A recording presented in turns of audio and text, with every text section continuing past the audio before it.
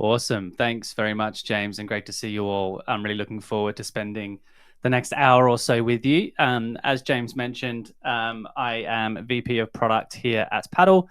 I've been at the company for about 4.5 years now. Worked across a lot of our products here at the company, and more recently have been investing a lot of my own time on mobile apps. So for those who don't know, Paddle is a web-based payments platform. We are a merchant of record, and we help companies take payments on the web. The fact that we're a merchant of record is particularly interesting to mobile app companies because we operate under the same model as the app stores, which means that we handle everything around sales tax and compliance and fraud, so you don't have to. So in that way, we operate differently to the likes of Stripe and others of that nature.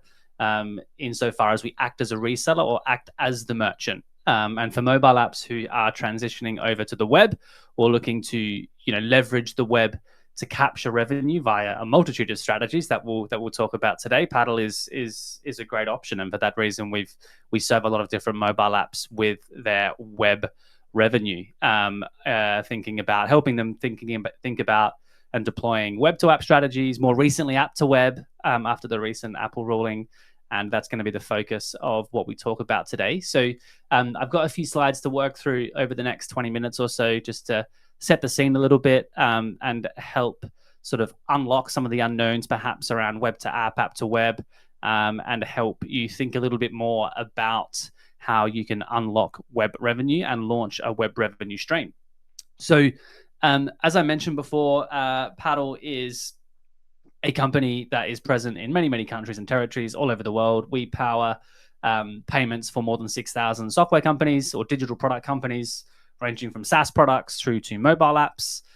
We've raised quite a bit of money there. And as you can see on the right-hand side, we serve lots of different customers there in the mobile app space: Codeway, HubX, Speak, more recently Runner, very successful mobile app that was acquired by Strava recently, GeoGuessr, as well as many, many others, to help them scale their web revenue. But today we're going to talk about a bunch of things. I want to spend some time talking a bit about the mobile app landscape and how it's changed over the last 6 months or so. Well, over the last 5 years, actually, and how it's evolved, but then more specifically, the last few months with respect to the Apple ruling and how that's unlocked new opportunities.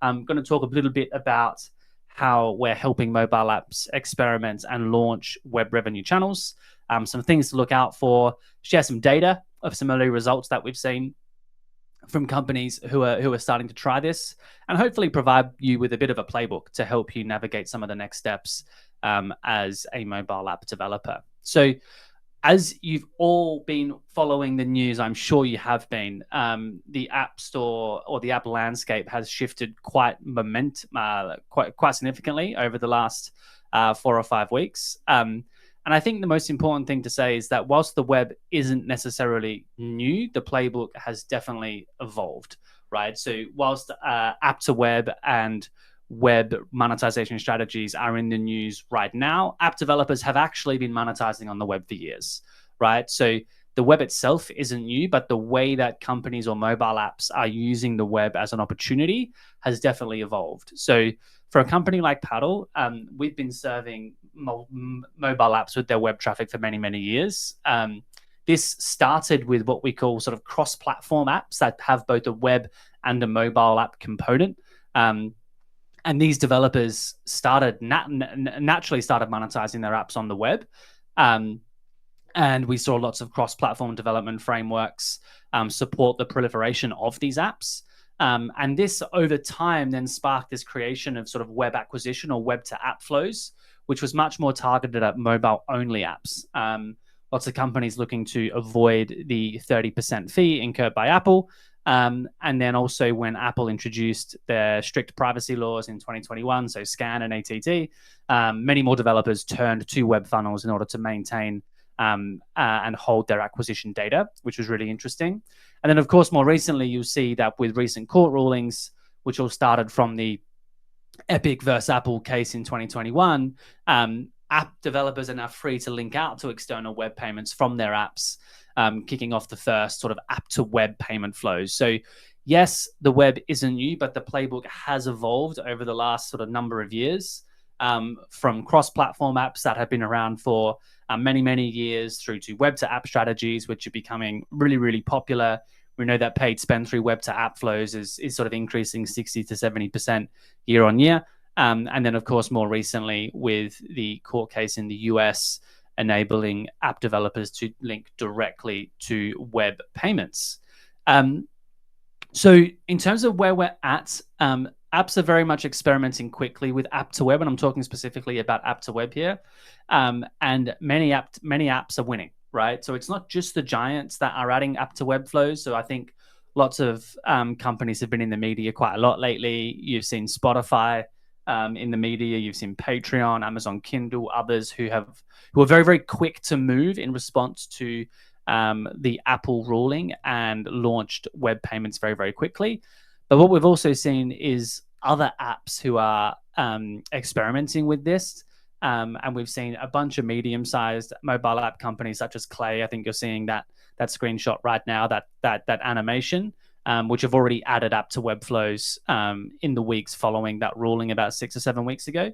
And we're seeing lots of experimentation. We're seeing a bunch of companies winning. We're seeing some still struggling to make it work. So I think we're still very much in an experimentation phase, and we're going to unpack that a little bit over the next sort of 15 minutes or so.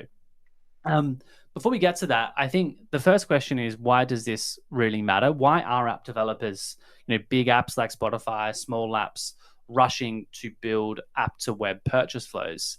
And I think the first thing that I would say about this is that it's not just about cutting fees. We've definitely seen the fee optimization or the fee reduction play a big role in terms of it being the catalyst for lots of companies that are looking at web to app. And of course, this does have a pretty big impact on margins, but there is actually a lot more to the web than just saving money, right?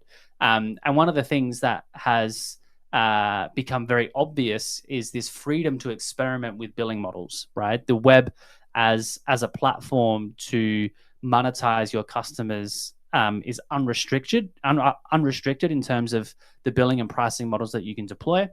You can do things like special offers. You can do more complex, flexible discounting.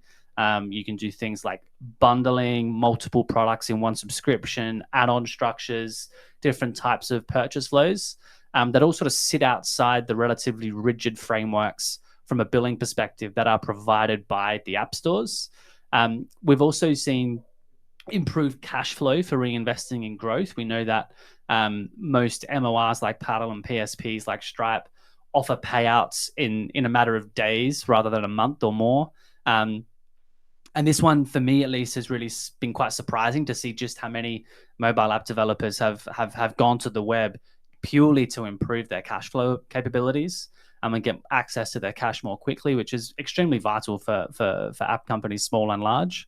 And then, of course, having more granular access and control over customer data, over the relationships that they have with their users, beyond the restrictions that are imposed by Apple. And then, of course, some of the advantages around data and attribution, specifically in the web to app space.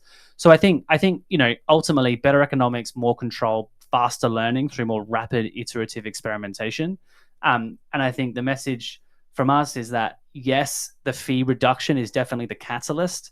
Lots of app companies have looked at the fee comparison and gone, hey, I can really make this work on the web, and that's the catalyst. But many of them are staying for these other advantages that you're seeing here. So experimentation, billing flexibility, cash flow, control, and data. I think the first thing to say is that there is definitely more than one way to win, right? So with the flurry of activity around app to web purchase flows, it's pretty easy to forget that there are other ways to win on the web too, which may be more beneficial for your circumstances and might be less prone to upset as Apple plans a response in the future. And just to sort of outline a few of them here, we have a traditional sort of app to web flow, which takes a pretty standard app funnel where you might have a paid ad, you might not. That takes a user to the app store. They then install the app. And then if they're using IAP, they then move through to a purchase. Or they can take them to a web checkout and do a web purchase and then redirect them back to the mobile app after making that purchase. And this is a pretty simple configuration on the paywall, where you just effectively direct the user to a web checkout from the paywall and open up that checkout in a separate Safari browser. And then we also have a web to app flow, where you're taking the user traditionally from an ad to a landing page, and then through some sort of onboarding experience, a paywall and a checkout, and then actually handling the entire acquisition flow through to the monetization component and the successful acquisition of that customer on the web, and then redirecting them back to the app to use the product. And there are quite a number of reasons why both of these things are interesting. So as I mentioned before, you have lower transaction fees, you have better control over the customer relationship, you have freedom to experiment with billing, and much more. And you think there are major players like Noom and Flow Health and others who have really turned to web acquisition in terms of to sort of bolster their ability to expand their audience and improve their attribution as well, right? So it's not just about the fee optimization, but we've seen particularly in the case of Noom and Flow that users acquired on the web typically only have a 15% overlap with those acquired on mobile. So it does unlock an opportunity for them to expand their audience and actually win more users.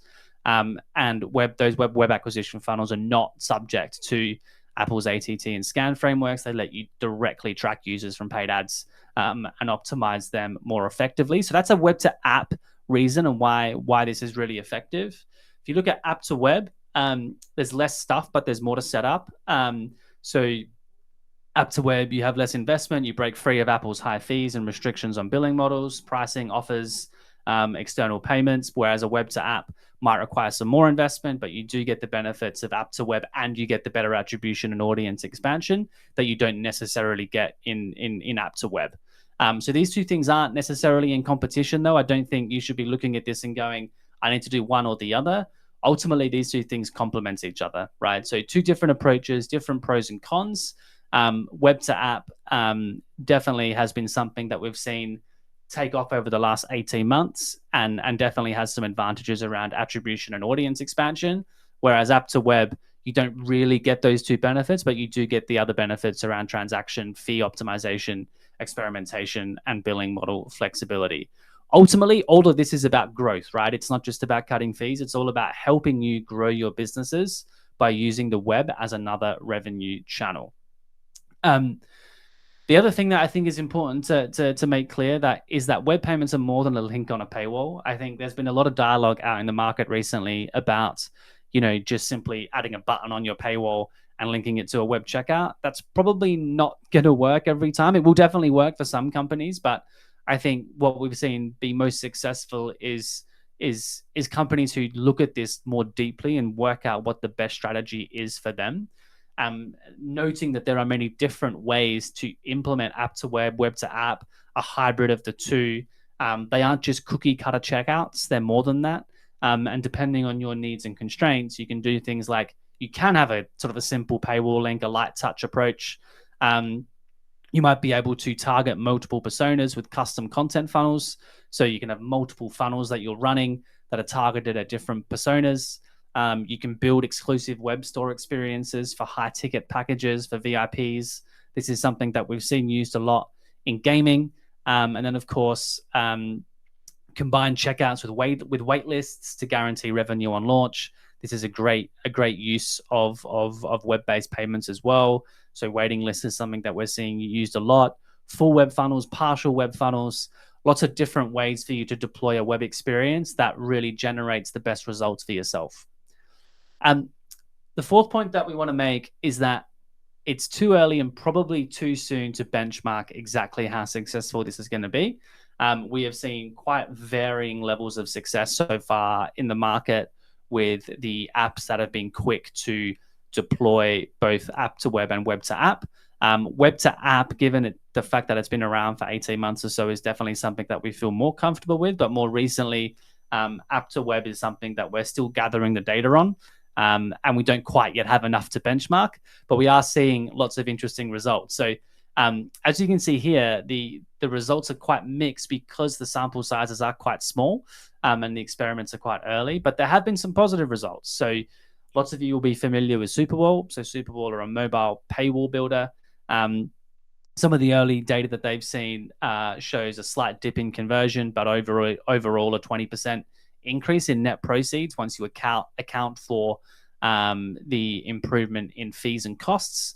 And then a very slight drop in revenue for app companies that are paying 15%. So basically, the message here is if you're on the 30% fee, it sounds like the net benefit to you will be quite positive. If you're on the 15%, probably less so.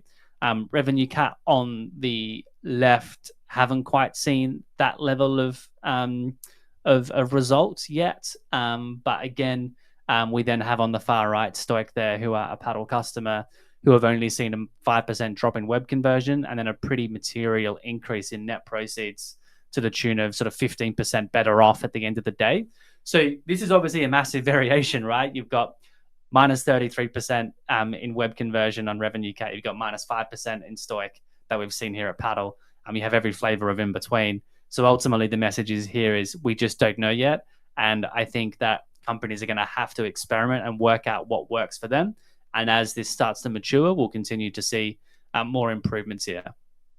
The interesting thing about the revenue cap one, though, is that this was for a checkout that did not offer Apple Pay off the bat. So there are some sort of constraints in all of these tests and experiments. So we're going to have to sort of continue to move through this and continue to look at the data to really determine whether this is viable or not. Again, as you can see here, early experiments have enormous variance in the impact of web payments on their net proceeds. Sample size has a big impact here. How you design your flow has a huge impact. So you can see here 7 experiments that were run. The top experiment there had almost 190% positive impact on average revenue per user. But then experiment 7 there had a minus 38% impact on average revenue per user. And then you have every flavor of in between.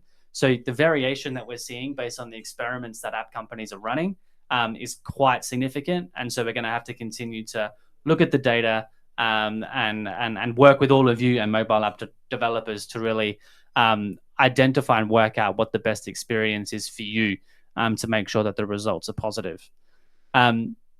So yeah, Stoic, as I mentioned before, a Paddle customer, has seen a 5% conversion drop, but overall a 15% increase in revenue, which is pretty awesome. The real problem that we're seeing, though, is that most folks are optimizing their checkout, but not thinking about everything else, right? The checkout, both in web and in app, isn't everything. And by ignoring the rest of the purchase experience and the flow, what you are actually doing is leaving revenue on the table. So what we thought we'd do today is talk a bit about what are those moments that matter and what are the key customer or user touch points that you need to really think about and optimize and not over-rotate on one of them like checkout conversion. So what we've done here is broken down the entire purchase flow into a framework that we call the moments that matter. Now, if you look at this, the checkout piece is just a relatively small piece of the puzzle right at the end there. And what you need to do is design and measure and optimize your web purchase flow holistically and funnel improvements early on in the funnel, as you can see here, and we'll walk through this in a moment, can have a huge downstream impact. So there are 5 moments that matter here that we've identified. The first one is the obvious one where you have click to view. So this is based on the ad creative or the way in which you're having your user enter that funnel. You then need to get them through to the paywall. So them clicking on your ad and then getting them through to the paywall. You then have paywall to checkout. You then have checkout to paid, so actually getting them through the paid, through the checkout to successfully paid, and then getting them from paid to retained. So as you can see here, each of these moments represents an opportunity for a user to drop off. So you might start out on the left-hand side with sort of 100,000 impressions and get 10,000 clicks from it. But then you need to get those 10,000 clicks through to your paywall. You need to get those 5,000 paywall views through to checkout, and then the checkout conversion piece. And then also make sure that you retain that customer. And what we've seen a lot of folks do is in column 4 there, checkout to paid, or column 3 and column 4. So paywall to checkout and checkout to paid is deploy some dark UX tactics to drive that figure north or in a positive direction, only to then actually decrease their retention rates because they've increased refunds and chargebacks because of a lack of transparency in pricing. So you can see how in that scenario, if you're too focused on your checkout, what you might actually be doing is compromising your retention rates and ending up actually negatively impacting your net proceeds number. So the message here is you need to optimize holistically and not optimize in isolation if you really want to grow your business. Um, so improving conversion by 10% early in the funnel can just give you so much more headway to drive positive results all the way through the funnel.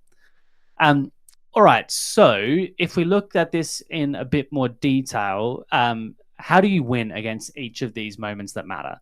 So from a click to view perspective, well, actually, let's start on the far left hand side. So when you're measuring holistically, and again, this will be quite familiar language to a lot of the folks in this room, but you're looking at the cumulative impact of all the moments that matter in that funnel.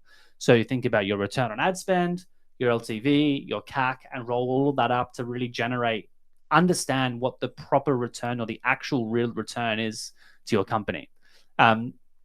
So from a click to view perspective, the way you want to win that is have high performing ads. If you're using ads, you might not be, but if you are, context aware CTAs, have really thorough experimentation of your creative, proper attribution setup. When you're doing your view to paywall, make sure that the onboarding and sign up process is slick, messaging, urgency, social proof is really, really powerful, great visuals to really drive people through that experience. Paywall to checkout is a really important step.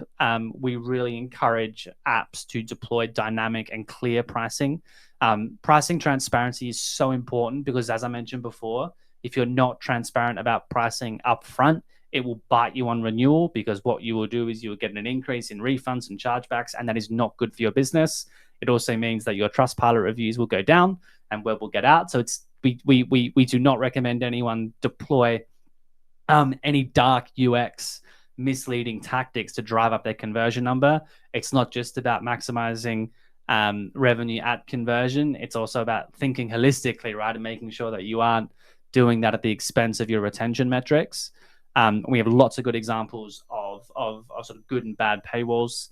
Your checkout to paid, so making sure that checkout is fast, it's one click, it's Apple Pay front and center, given that it's a mobile experience, making sure that you're offering local payment methods, making sure that you're offering localized currencies and language, thinking about things like authorization and orchestration. These are payments concepts. So payment authorization means from when you click these, so you filled out all your card details, you click the pay button, what is the likelihood of that actually succeeding? That varies based on sort of PSP and the different payments vehicles that you're using. Orchestration is something that's also built into Paddle, but a really powerful tool to maximize payment acceptance, which is basically the idea of routing between different payment providers based on success rates. So certain payment providers will be more successful in different regions at different price points. So there's a lot that can go into actually getting that customer into a paid state. And then also making sure that they're retained, as I mentioned before. So dunning, renewal reminders, cancellation flows. So if a company is, if a user is going to cancel, how can you build a flow that enables you to recapture them? So maybe you actually launch a flow and you give a discount in the cancellation flow to keep that customer, or you offer them a downgrade or a pause instead of a full cancellation. That then takes you into salvage offers and term optimization. So making sure that your users are on the right types of plans to avoid them churning, and really just thinking deeply about your retention tooling. And this is something that with the new Apple ruling, you can do a lot more here because of the direct communication channels that you can have with your users, right? So on the web, there's so much more for you to be flexible, or there's so much more flexibility for you to leverage and to really build a powerful retention mechanism to make sure that you're hanging on to those customers. And then again, on the right-hand side, a bunch of metrics there that you should be looking at to make sure that you're not just focusing too hard on one of these moments that matter, but focusing across all of them and tracking everything holistically. So ultimately, that is really about solving. Well, what we turn to next is looking at what's the whole problem, though. So what else is there in the web that you need to be aware of, right? So you've sort of solved that funnel problem, and how do you get as many folks through that funnel as possible in order to maximize outcomes for your business? But there's more than just the surface level of the funnel itself. So you really need to think about your tools, your operations, and how you're set up to support web payments. So many developers or app developers get caught up in sudden complexity when they leave the App Store and accepting payments with an external provider. So the App Store is actually a wonderful thing to its credit, right? Because it acts as your merchant of record, and it does a lot more than just than sort of distribution on the payment side for that 30%. So Apple and Google Play Store, they handle all of your chargebacks and disputes. They handle fraud. They handle payment methods for all geographies. They do orchestration, sales tax. And if you're using a traditional PSP, all of those jobs to be done, or all of that operational complexity will suddenly be your responsibility once you're outside of the App Store. So this is where choosing the right partner is really important.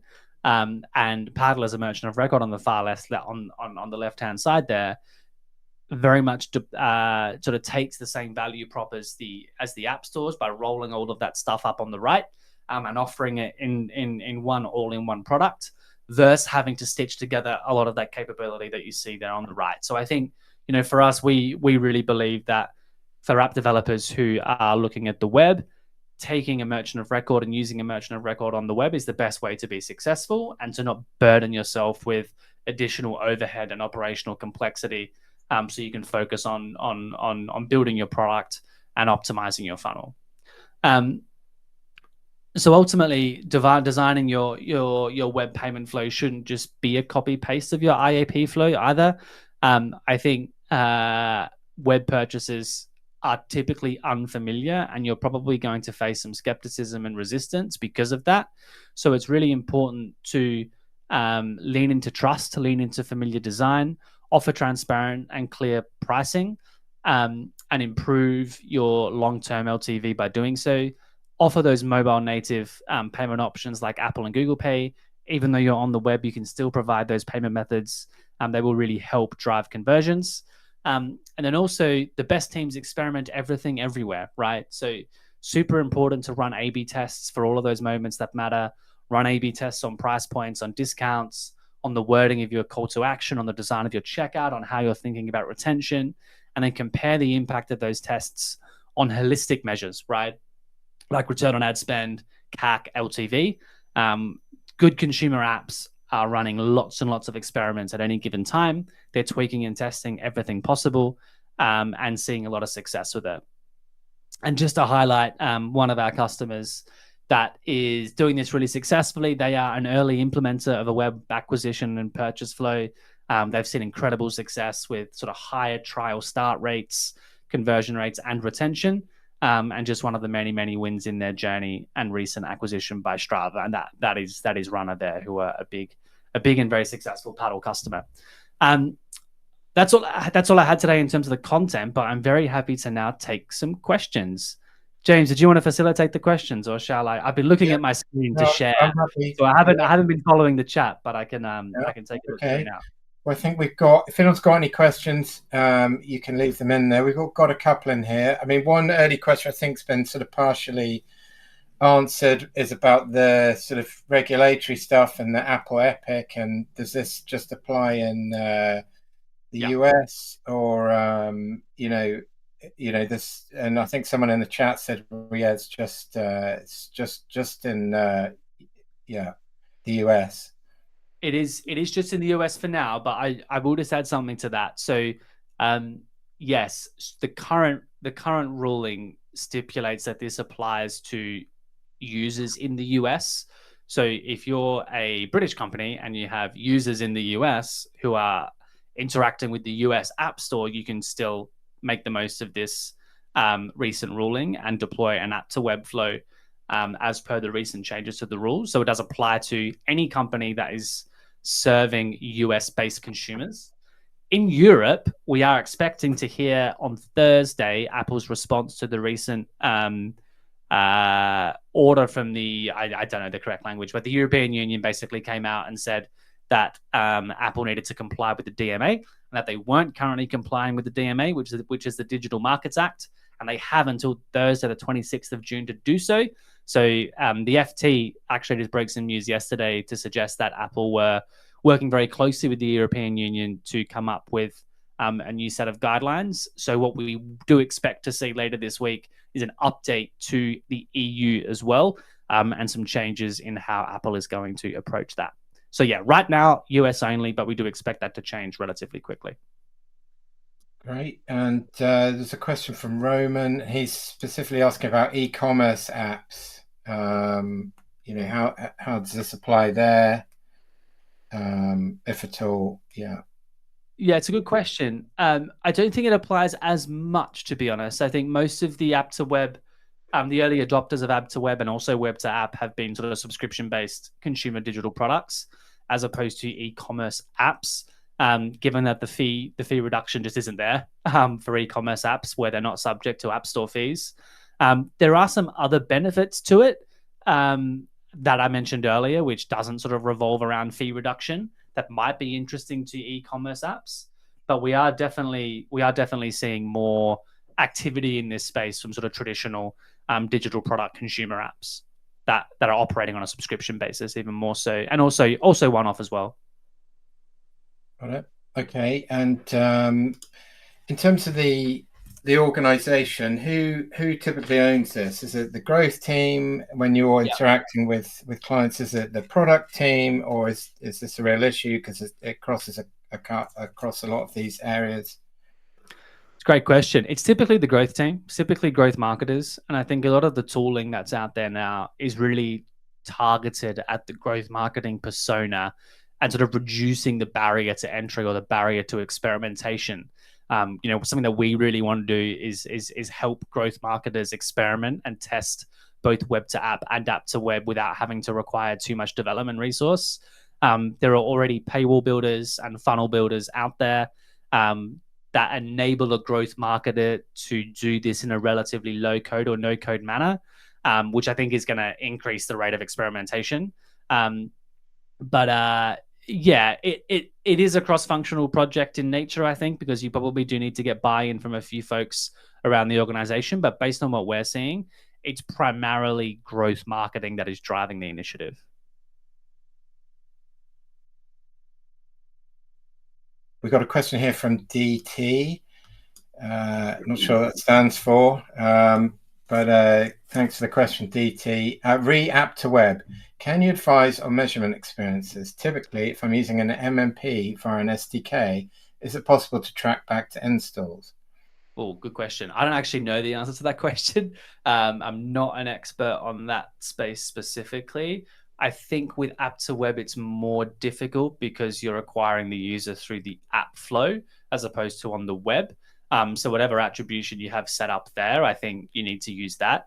But you should be able to stitch together those two experiences. So as long as you can connect both the app flow and then also the web payment flow back to whatever platform you're using, like whatever the MMP is you're using, you should be able to stitch that together and get the holistic experience into your MMP in order to track the overall outcome. But there is a bit of extra work there from an app to web perspective because you do need to incorporate both of those because the experience becomes disjointed, right?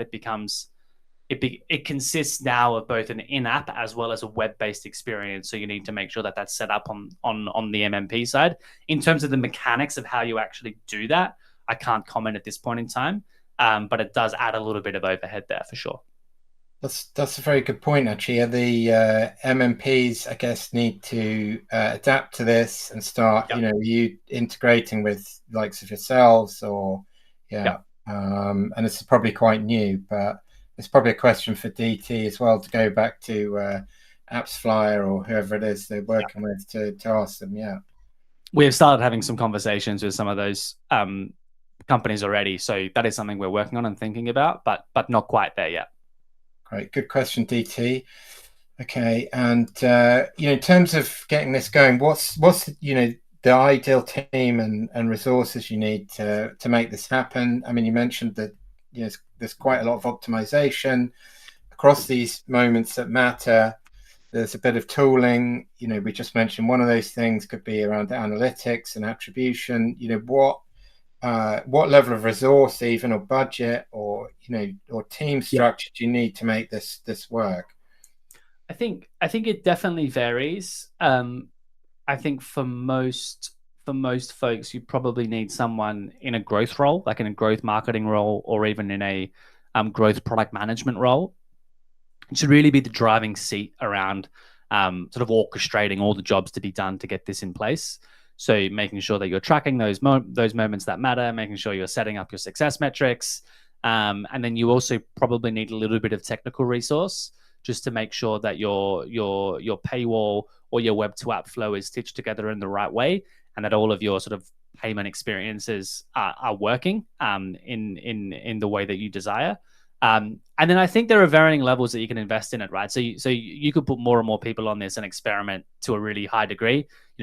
Be running 3, 4, 500 experiments at once. That's a lot. Like the companies that we're seeing do that are pretty successful household name consumer apps.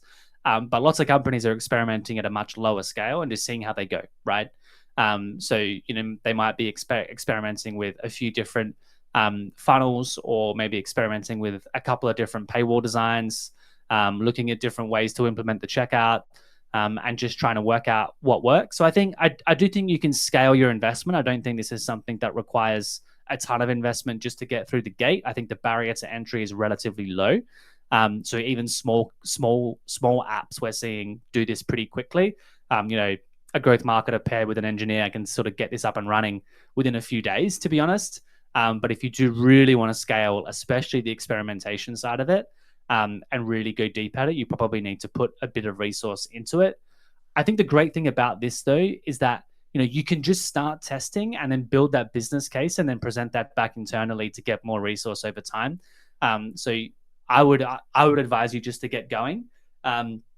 And pair up with a couple of people internally to sort of think about what you can do, and then take things from there as you start to get a bit of clarity on the performance.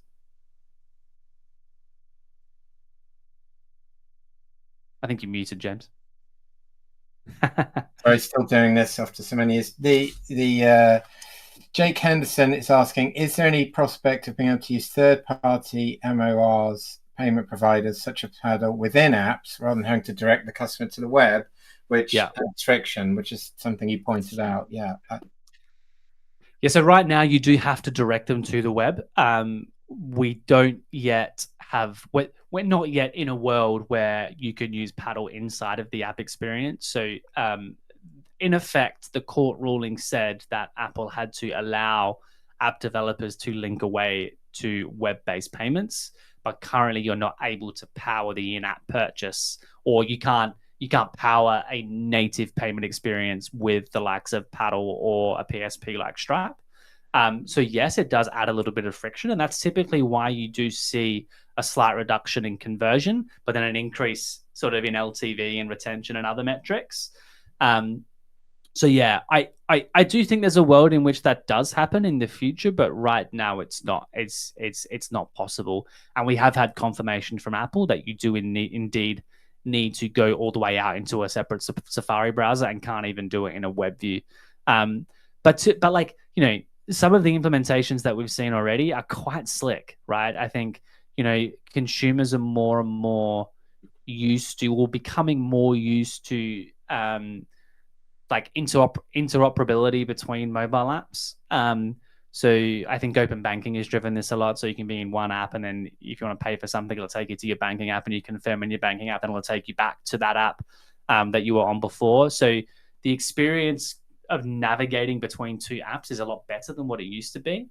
And I think consumers are increasingly accepting of that experience and comfortable with that experience. But of course, to your point, it does add a little bit of friction at this point in time. Okay, and Noel is asking, what about Google? Any differences there, or what about, I guess that sort of platform?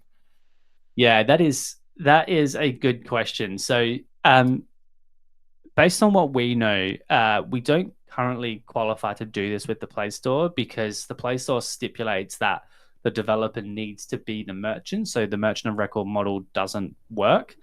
And I think for Google, there's not yet a lot of clarity around what the future of that looks like. So we haven't seen the same uptake with Google Play Store as we have with the App Store. Having said that, I do think this is all headed in one direction, and that is that this will all continue to open up over time. I think what we're in is a world where we're moving in the direction of sort of increased competition around payments for apps, and we'll probably do a bit of a two steps forward, one step back scenario. So, for example, we had the court case in the US. We've now got next this week, changes expected in the EU. I think we'll continue to see other geographies and markets sort of fall like dominoes over the coming months and years, and ultimately we'll land in a spot where it's much clearer for everyone across both App Store and Google Play Store. But right now, the Play Store is not something that we're dabbling in too much. I was going to say that's a good place to stop, but looking ahead to the future, we're right at the beginning. But DT, the famous DT, has added the mysterious DT has added another question, which is: have you seen companies give users the option for either an IAP flow or web payment flow, and any learnings we should keep in mind? Absolutely. We've seen quite a lot of companies actually. I would almost say it's standard practice to offer both, where you have an IAP option and then also a web payment option. And typically, companies are offering a discount on the web payment option to encourage users to go to the web. So, for example, you might offer save 10% by paying on web, right? And because you're saving 25% in fees, you can offer the 10% discount to pay on web. And again, this is something that you need to experiment with and think about holistically, right? So if you're going to provide a discount, is the discount material enough to incentivize users to go to the web? And then if you do experience a conversion, the conversion needs to not be to an extent where it sort of degrades the discount. So this is the importance again of sort of experimenting holistically. But yes, we are seeing lots of companies offer both IAP and web payments alongside each other on their paywall, and coming up with different ways to encourage users to pay on web. Great. All right. Well, I think we've been going 45 minutes, so we'll probably leave it there, even though there's a lot more I think we could ask. I guess maybe we'll have you back, Lucas, and do a follow-up. One question would be what's the next step for people? I think we've got a big green button there at the bottom. If you've got like some more resources on this available, I think. Yeah, jump on the website, take a look at what we're doing. We're investing very heavily in our product to make sure that it's fit for purpose for mobile app companies looking to do web monetization. Feel free to get in touch with myself on LinkedIn or on X, all the usual spots. If you'd like to chat about it further, very happy to talk to you. But yeah, thanks very much for the time. It was great to be here. Great. Thanks for joining us, Lucas. All right. Thanks so much. Appreciate it. Thanks, See you everyone. later. Bye. Yeah. Bye.